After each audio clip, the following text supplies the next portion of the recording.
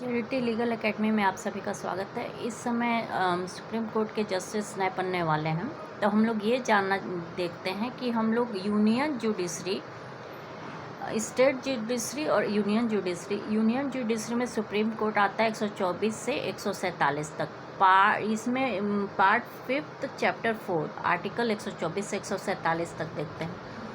तो इसमें पूरा हम नहीं देखें, छोटे छोटे पॉकेट बुक्स टाइप में आप लोग को हम नॉलेज देंगे, जैसे उसको आप लोग समझ सके। ठीक, तो क्वालिफिकेशन जो सुप्रीम कोर्ट के जजेस के होता है 124(3) में डिफाइन है। आप बेयर एक्ट भी ले लीजिएगा और किसी की बुक ले लीजिएगा। इनके आपको वी.एन. शुक्ला के होंगे, जैन के होंगे, पांडे के होंगे, इन लोग के टेक्स्ट बुक्स हैं जो लॉ में पढ़ाने के लिए सही है। श्रीवास्तव के रिसर्चर्स के लिए ठीक हैं, जैसे या फिर श्रीवास्तव का आता भी नहीं है, वो आईपीसी का है, जनरल प्रिंसिपल्स ऑफ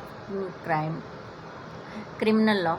तो क्वालिफिकेशन ऑफ जजेस में देखिए, person to be qualified for appointment as a जज ऑफ द सुप्रीम कोर्ट। इसमें होता क्या है, must be citizen of India first, फिर हैज़ बीन जज ए हाई कोर्ट एटलीस्ट 5 साल के लिए जज होना चाहिए हाई कोर्ट का, 10 साल का प्रैक्टिशनर एडवोकेट होना चाहिए हाई कोर्ट का 10 साल का प्रैक्टिशनर एडवोकेट होना चाहिए, या फिर एक प्रेसिडेंट के नज़र में डिस्टिंग्विश जूरिस्ट होना चाहिए, नॉमिनल जूरिस्ट होना, मतलब नामित एक जाना माना जूरिस्ट होना चाहिए।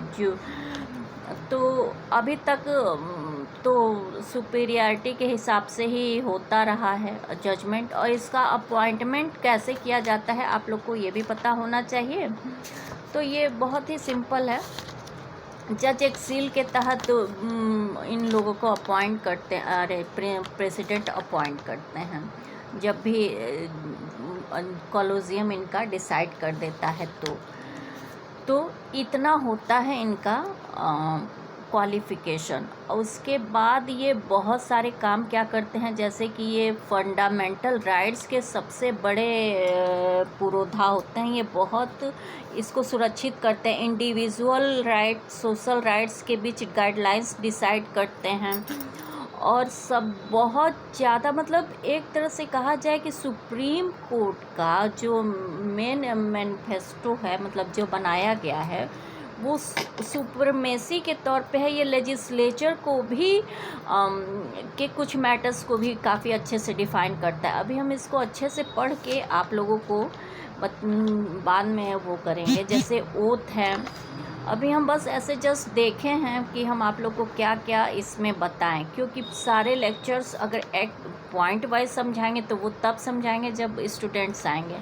तो हम सिर्फ अभी ये बताने के लिए क्या कि इनके क्वालिफ़िकेशंस क्या होते हैं, जिसके आधार पे ये बनते हैं, और कॉलोजियम इनको डिफ़ाइन करता है। अभी कॉलोजियम हटाने की बातें चल रही हैं। ये स्टेट बिटवीन